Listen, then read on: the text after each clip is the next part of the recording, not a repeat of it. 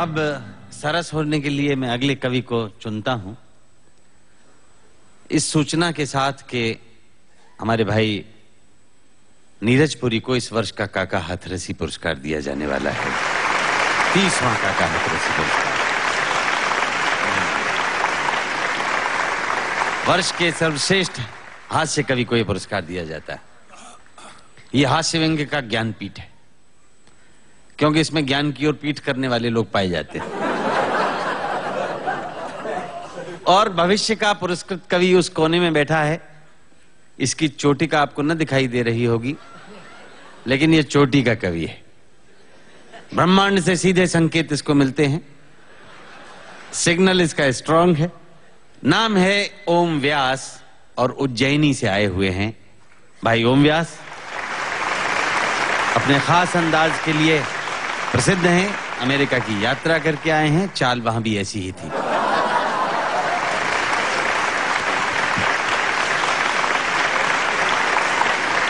आप सबको प्रणाम करता हूं। जो लोग जोड़े से बैठे हैं उनको जोड़े से प्रणाम करता हूं। जो विवाहित किसी कारण से अकेले बैठे हैं उनसे निवेदन करता हूं कि घर जाकर मेरी तरफ से चरण स्पर्श पहुंचाएं। जो कुंवारे बैठे हैं उनको इलू इलू करता हूं। उन लोगों को विशेष प्रणाम करता हूं जो सहारा श्री अमर सिंह जी, मुलायम सिंह जी के प्रोटोकॉल में यहाँ जबरदस्ती फंसे हुए हैं, जिनका कविता से कोई लेना देना नहीं है। मैं उनको प्रणाम करता हूँ। उन लोगों को स्पेशल प्रणाम करता हूँ जो भोजन के चक्कर में ये भजन का आनंद ले रहे हैं।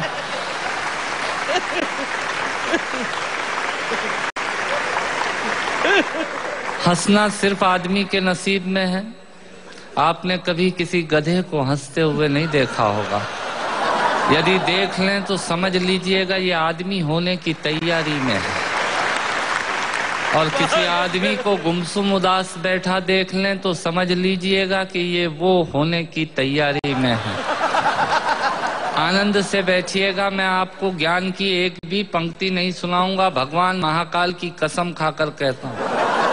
इस देश में अमिताभ जी आजकल ज्ञान की स्थिति बड़ी खराब चल रही है। सवेरे 18 चैनल खोलो तो 19 बाबा प्रवचन देते हुए मिल रहे हैं और उसी समय हम ब्रश करके थूक रहे हैं। भारतीयों का कुछ हिसाब किताब समझ में नहीं आता। भारतीय आदमी अपने तरीके से जिंदगी जीता है। सहारा श्री बैठे हैं। मैं आपको बताना चाहता हूँ भारतीय आदमी होता क्या है। बेसिकली भारतीय आदमी वो होता है जो टूथब्रश के आगे वाले हिस्से के खराब हो जाने के बाद चाकू को गर्म करके उस पोर्शन को काटता है और बचे हुए हिस्से से पजामे में नाड़ा डालने का यंत्र बनाता है। ये होता है भारतीय आदमी। इधर से तालियां कम बज रही हैं, इधर का मामला ठीक है। मुझे याद है भारतीय आदमी हीथ्रो एयरपोर्ट पे, लंदन में हीथ्रो पे एयरपोर्ट पे मशीनें लगी हुई हैं पॉलिश करने की जूतों पे। एक पैर डालो पॉलिश हो जाती है, दूसरा पैर डालो पॉलिश होने के बाद वो पैर पकड़ लेती है। फिर उसमें 50 सेंट्स डालिए तो वो पैर छोड़ती है। भारतीय पहुंचा एक, उसने एक पैर एक मशीन में पॉलिश हो गई, दूसरा पैर दूसरी मशीन में फंसा दिया। मुलायम सिंह जी, मरण तो उस आदमी का हुआ जो अंग्रेज आया। उसने जैसे ही पहला पैर फंसाया मशीन ने पैर पकड़ लिया। उसकी काउंटिंग में तो 2 हो गए। भारतीय आदमी ये होता है। मैं आपसे निवेदन करता हूं, आज यहाँ हमारे दिलीप चौबे जी और राकेश पांडे जी मुझे एंटरटेन कर रहे थे, बता रहे थे ये 325 एकड़ में फैला हुआ है सहारा शहर। मैं आपके लिए जानकारी देता हूँ, सहारा शहर 325 एकड़ में नहीं फैला हुआ है। सहारा आजकल इन दिनों देश में एक विचार बन गया है जो पूरे देश में यत्र तत्र सर्वत्र नजर आता है। हथौड़े ने चाबी से पूछा, सुन चाबी, लोहा तो तेरे पास कम है, ताकत तेरे पास कम है, पर तू ताले को इतनी सरलता से कैसे खोल लेती है और मुझे खोलने में बहुत ताकत लगती है। तब चाबी ने हथौड़े को जवाब दिया कि सुन हथौड़े, लोहा और ताकत तेरे पास ज्यादा है, पर तू ताले की ऊपरी सतह को छूता है और मैं ताले के अंतर मन तक जाती हूँ और उससे निवेदन करती हूँ और वो खुल जाया करता है। स्वर्गीय हरिवंश राय बच्चन जी ने लोगों के दिलों में उतरने का प्रयास किया, इसलिए वो 100 वर्ष बाद भी आज भी हमारे अंतस में हैं। लोग दिमाग पर छाते हैं, उन्होंने दिल में पहुंचने की कोशिश की। मैं उनकी स्मृति को प्रणाम करता हूं और एक छोटी सी हास्य व्यंग की कविता से अपनी बात समाप्त करता हूं। जब मैं कहूं मजा ही कुछ और है, आप ताली बजा दीजिएगा। ये इनका तकिया कलाम होता है। जिनके आखिरी उंगली के नाखून का भी ऑपरेशन नहीं हुआ, वो आपको बाईपास कराने के लिए हॉस्पिटल का सजेशन देने आ जाएंगे। ये होते हैं रायचंद। सुनिएगा, आनंद लीजिएगा और ऑब्जर्वेशन देखिएगा। दांतों से नाखून काटने का, छोटों को जबरदस्ती डांटने का, पैसे वालों को गाली बकने का, मूंगफली के ठेले से मूंगफली चखने का, कुर्सी पे बैठ के कान में पेन डालने का और रोडवेज की बस की सीट में से स्पंज निकालने का। मजा ही कुछ और है, मजा ही कुछ और है। एक ही खूंटी पे ढेर सारे कपड़े टांगने का, साइकोलॉजी है। एक ही खूंटी पे ढेर सारे कपड़े टांगने का, नए साल पे दुकानदार से कैलेंडर मांगने का। ये एक शौक होता है। क्यों सेठ जी, इस बार कैलेंडर वेलेंडर नहीं आए क्या? मैंने कहा तेरे घर में जगह तो है नहीं टांगने की, क्या भाभी की चोटी पे टांगेगा कैलेंडर? पर आदमी मांगता जरूर है, फोकट की डायरी और कैलेंडर मांगने का। एक ही खूंटी पे ढेर सारे कपड़े टांगने का, नए साल पे दुकानदार से कैलेंडर मांगने का, चलती रेल में चढ़ने का, दूसरों की चिट्ठियां पढ़ने का, मांगे हुए स्कूटर को तेज भगाने का और खुद को नींद नहीं आने पे पत्नी को जबरदस्ती जगाने का। मजा ही कुछ और है, मजा ही कुछ और है। चोरी से फल फूल तोड़ने का, खराब ट्यूबलाइट और मटकों को फोड़ने का, पड़ोसन को घूर घूर के देखने का। भैया ऐसे खुश हो रहे हैं जैसे उनका चरित्र चित्रण हो रहा है। चोरी से फल फूल तोड़ने का, खराब ट्यूबलाइट और मटकों को फोड़ने का, पड़ोसन को घूर घूर के देखने का, अपना कचरा दूसरे के सामने फेंकने का, बाथरूम में बेसुरा गाने का और थूक से टिकट चिपकाने का। मजा ही कुछ और है, मजा ही कुछ और है। ऑफिस में लेट आने का, फाइल को जबरदस्ती दबाने का, चाट वाले से फोकट की चटनी डलवाने का। भैया थोड़ी चटनी देना। ऑफिस में लेट आने का, फाइल को जबरदस्ती दबाने का, चाट वाले से फोकट की चटनी डलवाने का, बारात में प्रेस किए हुए कपड़ों पे फिर से प्रेस करवाने का, ससुराल में साले से पान मंगाने का और साली की पीठ पे धोल जमाने का। मजा ही कुछ और है, मजा ही कुछ और है। ब्याज के माल से मलाई खाने का, 3rd क्लास ससुराल को 1st क्लास बताने का। ससुराल किसी की बुरी नहीं होती और साला तो विवेकानंद जी से कम बुद्धिमान किसी का होता ही नहीं है। और ब्याज के माल से मलाई खाने का, 3rd क्लास ससुराल को 1st क्लास बताने का, पंगत में बैठ के एक ही सब्जी के लिए 2 दोने लगाने का, आरती में सबसे ज्यादा फटा हुआ नोट चढ़ाने का, दूसरे के टेलीफोन से चिपकने का, गुटखे और पान इधर उधर पिचकने का, कमजोर से बेमतलब लड़ने का और पत्नी को रोज रोज परेशान करने का। मजा ही कुछ और है। मित्रों, श्रोताओं को भी कविता सुनाने का मजा ही कुछ और होता है, पर मन मेरा उस वक्त रोता है जब मजे के लिए शब्द अपने अर्थ खो जाते हैं और कुछ श्रोता तो बैठे बैठे ही सो जाते हैं, और कुछ श्रोता तो बैठे बैठे ही सो जाते हैं। यदि आप जीवित और जागृत हैं तो प्रमाण बताइए। कविता खत्म करता हूँ, तालियां बजाइए। ये मैंने एक प्रयोग की कविता सुनाई।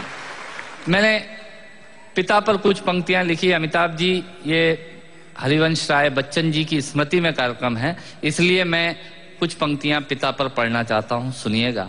माँ पर और पिता पर कुछ पंक्तियां आपके बीच निवेदित करता हूं। आप यहाँ जितने लोग बैठे हैं, मुझे नहीं मालूम कि किनकी माँ जीवित हैं और किन्होंने माँ को खो दिया, पर मेरा व्यक्तिगत मत यह है कि जिनकी माँ जीवित हैं, जिनके पिता जीवित हैं, वो दुनिया के सबसे संपन्न लोग हैं, वो दुनिया के सबसे अमीर लोग हैं, वो दुनिया के सबसे धनाढ्य लोग हैं। 1 मिनट के लिए बचपन में लौटिएगा, याद कीजिएगा जब हम बहुत छोटे थे, माँ की गोद में थे, माँ का स्तनपान करते थे, तब माँ का एक स्तन मुंह में लेकर हमने उस माँ को दूसरे स्तन पर अपने छोटे छोटे पैरों से न जाने कितनी बार मारा, पर उस माँ ने हमें दूध पिलाना बंद नहीं किया। मित्रों, लात खाकर भोजन देने की शक्ति उस परमपिता परमेश्वर ने दुनिया में यदि किसी को दी है, वो सिर्फ माँ को दी है। माँ के अलावा ताकत किसी के पास नहीं है। मैं उस माँ की वंदना में कविता पढ़ता हूँ। याद कीजिएगा उन दिनों में जब हम चौके में रसोई में बैठकर खाना खाया करते थे और माँ खाना बनाती थी। उस वक्त थाली पर बैठकर हमने जब भी इधर उधर देखा वो माँ समझ गई और उसने नमक का डब्बा हमारी तरफ सरका दिया। हमारे बिना बोले को समझने वाली वो माँ, जब हम उसे खो देते हैं वो माँ हमें बहुत याद आती है। वो माँ जो हमारे परीक्षा देते जाते वक्त दही की कटोरी लेकर शगुन बनकर आकर खड़ी हो जाती थी, उसे हम खो देते हैं। वो माँ हमें बहुत याद आती है। रमेश सोज की 4 पंक्तियां माननीय नेताजी यहाँ बैठे हैं, मैं पढ़ता हूँ, मुझे अच्छी लगती है कि बहुत रोते हैं लेकिन दामन हमारा नम नहीं होता, इन आंखों के बरसने का कोई मौसम नहीं होता, मैं अपने दुश्मनों के बीच भी महफूज रहता हूँ, मेरी माँ की दुआओं का खजाना कम नहीं। स्वामीनाथ पांडे की 3 पंक्तियां सुनाता हूँ। स्वामीनाथ पांडे ने 3 पंक्तियों का उपन्यास लिखा। अमिताभ जी बैठे हैं, जया जी बैठी हैं। 3 पंक्तियों में पूरा उपन्यास लिख दिया। उसने लिखा, एक विधवा माँ थी, उसके 2 बेटे थे। एक बेटा नीचे वाले माले पर रहता था, दूसरा बेटा ऊपर वाले माले पर रहता था। विधवा माँ 15 दिन एक बेटे के यहाँ खाना खाती थी, विधवा माँ 15 दिन दूसरे बेटे के यहाँ खाना खाती थी। पर ये उस विधवा माँ का दुर्भाग्य था कि साल में जो महीने 31 दिनों के होते थे, उस एक दिन उस विधवा माँ को उपवास रखना पड़ता था। 9 महीने पेट में रखने वाली माँ जब एक जवान बेटे को एक दिन भारी लगने लगी, तब इस नालायक हास्य व्यंग के कवि ने कुछ पंक्तियां माँ के लिए लिखी। सुनिएगा, यात्रा कीजिएगा मेरे साथ। माँ संवेदना है, भावना है, एहसास है। माँ संवेदना है, भावना है, एहसास है। माँ जीवन के फूलों में खुशबू का वास है। माँ रोते हुए बच्चे का खुशनुमा पलना है। माँ मरुथल में नदी या मीठा सा झरना है। माँ मरुथल में नदी या मीठा सा झरना है। माँ लोरी है, गीत है, प्यारी सी थाप है। माँ पूजा की थाली है, मंत्रों का जाप है। माँ आंखों का सिसकता हुआ किनारा है। माँ गालों पर पप्पी है, ममता की धारा है। माँ झुलसते दिनों में कोयल की बोली है। माँ मेहंदी है, कुमकुम है, सिंदूर है, रोली है। माँ कलम है, दवात है, स्याही है। माँ परमात्मा की स्वयं एक गवाही है। माँ त्याग है, तपस्या है, सेवा है। माँ फूंक से ठंडा किया हुआ कलेवा है। माँ अनुष्ठान है, साधना है, जीवन का हवन है। माँ जिंदगी के मोहल्ले में आत्मा का भवन है। माँ चूड़ी वाले हाथों के मजबूत कंधों का नाम है। माँ काशी है, काबा है और चारों धाम है। माँ चिंता है, याद है, हिचकी है। माँ बच्चे की चोट पर सिसकी है। माँ चूल्हा, धुआं, रोटी और हाथों का छाला है। माँ जिंदगी की कड़वाहट में अमृत का प्याला है। माँ पृथ्वी है, जगत है, धूरी है। माँ बिना इस सृष्टि की कल्पना अधूरी है। तो माँ की ये कथा अनादि है, ये अध्याय नहीं है, और माँ का जीवन में कोई पर्याय नहीं, और माँ का जीवन में कोई पर्याय नहीं है। तो माँ का महत्व दुनिया में कम हो नहीं सकता, और माँ जैसा दुनिया में कुछ हो नहीं सकता। माँ जैसा दुनिया में कुछ हो नहीं सकता। तो मैं कविता की ये पंक्तियां माँ के नाम करता हूँ। मैं दुनिया की सब माताओं को प्रणाम करता हूँ। पर कहा साहब के बिना पिता के माँ का अस्तित्व नहीं होता। किसी ने शेर कहा कि पक्के फल पेड़ों से रिश्ता तोड़ जाते हैं, और अपाहिज बाप हो जाए तो बेटे छोड़ जाते हैं। पिता जब पुत्र को बाजार में ले जाता है और जेब में 50 रुपए होते हैं और बच्चा 200 रुपए के सामान को खरीदने की जिद करता है, उस वक्त एक पिता की विवशता और बच्चे की जिद, इसके बीच के एहसास में खड़े होकर पंक्तियां सुनिएगा, पिता क्या होता है। अमिताभ जी आपको समर्पित करता हूं। अमर सिंह जी बैठे हैं। पिता पिता जीवन है, संबल है, शक्ति है। पिता सृष्टि के निर्माण की अभिव्यक्ति है। पिता अंगुली पकड़े बच्चे का सहारा है। पिता कभी कुछ खट्टा कभी खारा है। पिता पिता पालन है, पोषण है, परिवार का अनुशासन है। पिता पिता धौंस से चलने वाला प्रेम का प्रशासन है। पिता पिता रोटी है, कपड़ा है, मकान है। पिता पिता छोटे से परिंदे का बड़ा आसमान है। पिता छोटे से परिंदे का बड़ा आसमान है। पिता पिता अप्रदर्शित अनंत प्यार है। पिता है तो बच्चों को इंतजार है। पिता से ही बच्चों के ढेर सारे सपने हैं। पिता है तो बाजार के सब खिलौने अपने हैं। पिता है तो बाजार के सब खिलौने अपने हैं। पिता से परिवार में प्रतिपल राग है। पिता से ही माँ की बिंदी और सुहाग है। पिता परमात्मा की जगत के प्रति आसक्ति है। पिता गृहस्थ आश्रम में उच्च स्थिति की भक्ति है। पिता अपनी इच्छाओं का हनन और परिवार की पूर्ति है। पिता पिता रक्त में दिए हुए संस्कारों की मूर्ति है। पिता पिता एक जीवन को जीवन का दान है। पिता पिता दुनिया दिखाने का एहसान है। पिता पिता सुरक्षा है अगर सिर पर हाथ है। पिता नहीं तो बचपन अनाथ है। पिता नहीं तो बचपन अनाथ है। पिता नहीं तो बचपन अनाथ है। तो पिता से बड़ा तुम अपना नाम करो। पिता का अपमान नहीं, उन पर अभिमान करो, क्योंकि माँ बाप की कमी को कोई पाट नहीं सकता और ईश्वर भी इनके आशीषों को काट नहीं सकता। और ईश्वर भी इनके आशीषों को काट नहीं सकता। विश्व में किसी भी देवता का स्थान दूजा है। माँ बाप की सेवा ही सबसे बड़ी पूजा है। विश्व में किसी भी तीर्थ की यात्राएं व्यर्थ हैं यदि बेटे के होते माँ बाप असमर्थ हैं। यदि बेटे के होते माँ बाप असमर्थ हैं। वो खुश नसीब हैं माँ बाप जिनके साथ होते हैं, क्योंकि माँ बाप के आशीषों के हाथ हजारों हाथ होते हैं।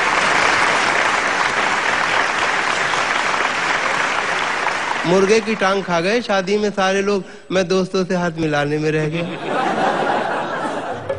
उसका मुखड़ा चांद का टुकड़ा, कोई नजर ना लगाए, जिसे मिले मुझसे मिलाए।